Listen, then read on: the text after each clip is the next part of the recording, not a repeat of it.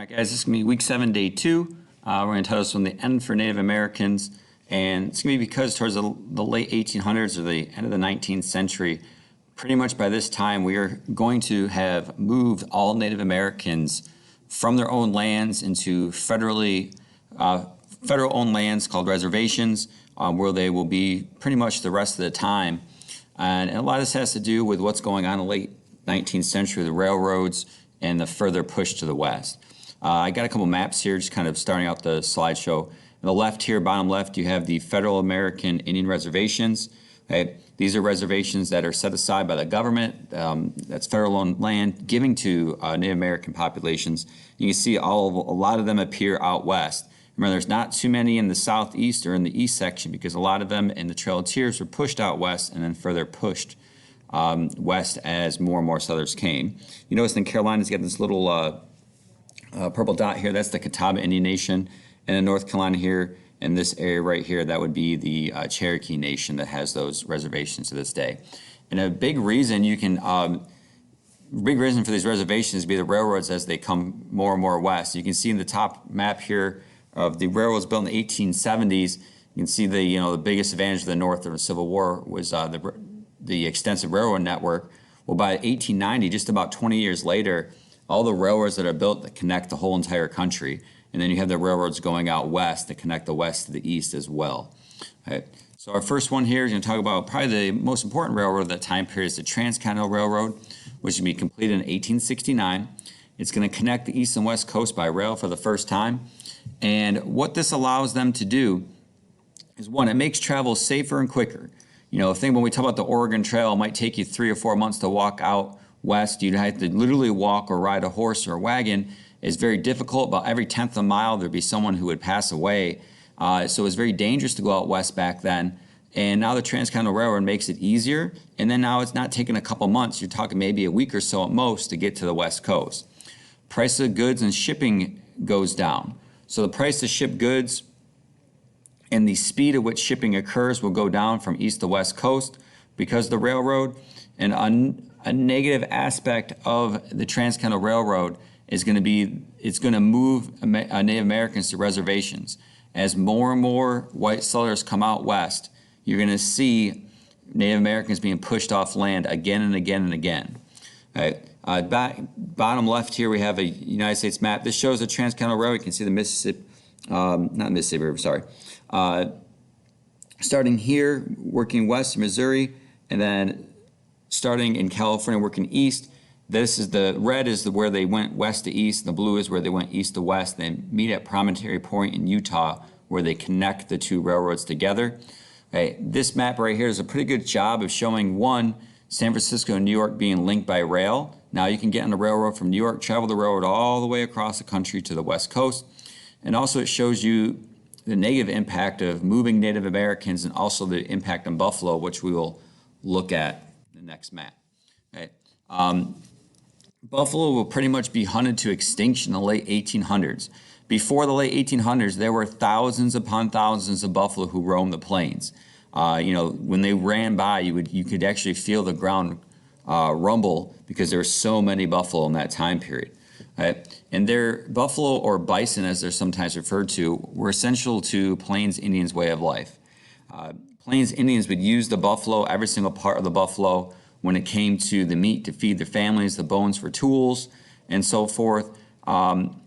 When white settlers come out, they're basically hunted to extinction by the whites for the pelts, and also they're hunted to make way for cattle ranchers so they can put up fences and start cattle farms. If you have buffalo roaming the plains, they'll tear down fences and cattle wouldn't be able to stay in one area. I found a couple good pictures here from the late 1800s, just how much you will have buffalo being hunted. Here's a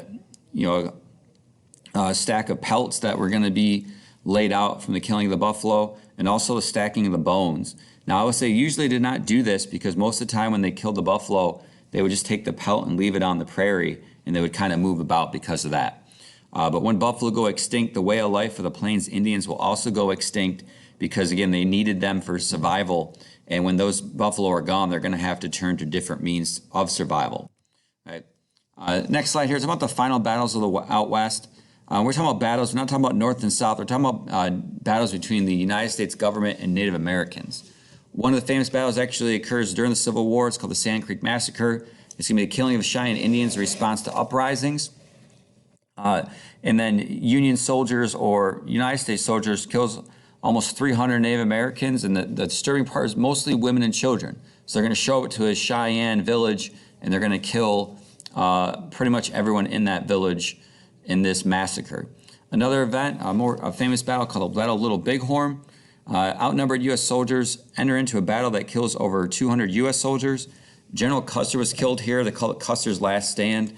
A lot of people will question this move because General Custer was, again, like I said, drastically outnumbered by Native American soldiers, but he will then still charge and go into battle anyways.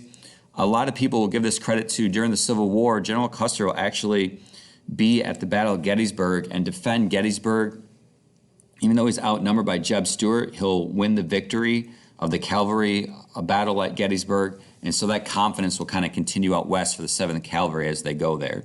And the last one we'll talk about is the Battle of Wounded Knee. It's pretty much the last notable battle between Native Americans and the United States. And again, it's not, I don't want to say so much a battle, but a lot of unarmed Native Americans will be killed. And this will lead them to afterwards being forced into reservations. And if you resisted, you were pretty much killed, almost like the Trail of Tears. You're going to move and you're going to go to where we want you to go to, okay?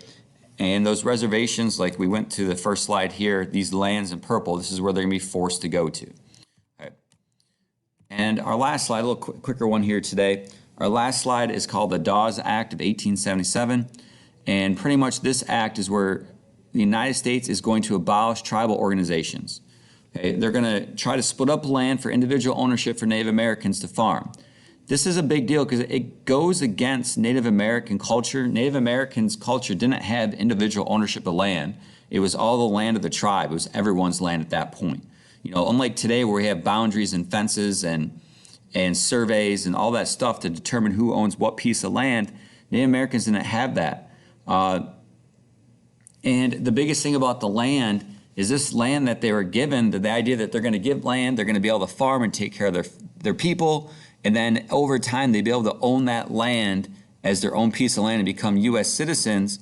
One thing, the land tended to be very poor, and it makes sense because if you think about it, if the land was worth anything, then they would have taken it and given it to white settlers. So even to this day, most land for reservations still is not great because, again, if the land was valuable back then, Native Americans would have been moved so white settlers could use it. Another thing, the Dawes Act tries to assimilate Native Americans in American culture. Basically, it tries to create a process to make Native Americans Americans, U.S. citizens. Okay? However, you have to realize that Native Americans didn't want to be U.S. citizens. We came over in the English colonies and we just take their land, and they don't want to be part of the United States. They want to be their own people. However, they won't be given that chance in this Dawes Act. The Dawes Act will fail miserably because, again, Native Americans don't have that idea of their own land. It's the tribal land at that point. And also Native Americans did not want to be American citizens. And after this, these two things, the idea of Native American resistance is pretty much gone. By 1890, there is no more Native American resistance. The West has technically been settled, and now it's just filling it out by bringing more and more settlers out west to farm, to develop cities, to cattle ranch, to mine gold. All that stuff will occur in this time period. And out east, which we're going to talk about later on, this will be in Chapter 5, the Industrial Revolution is really going big time, and populations are drastically increasing as wealth is going up too.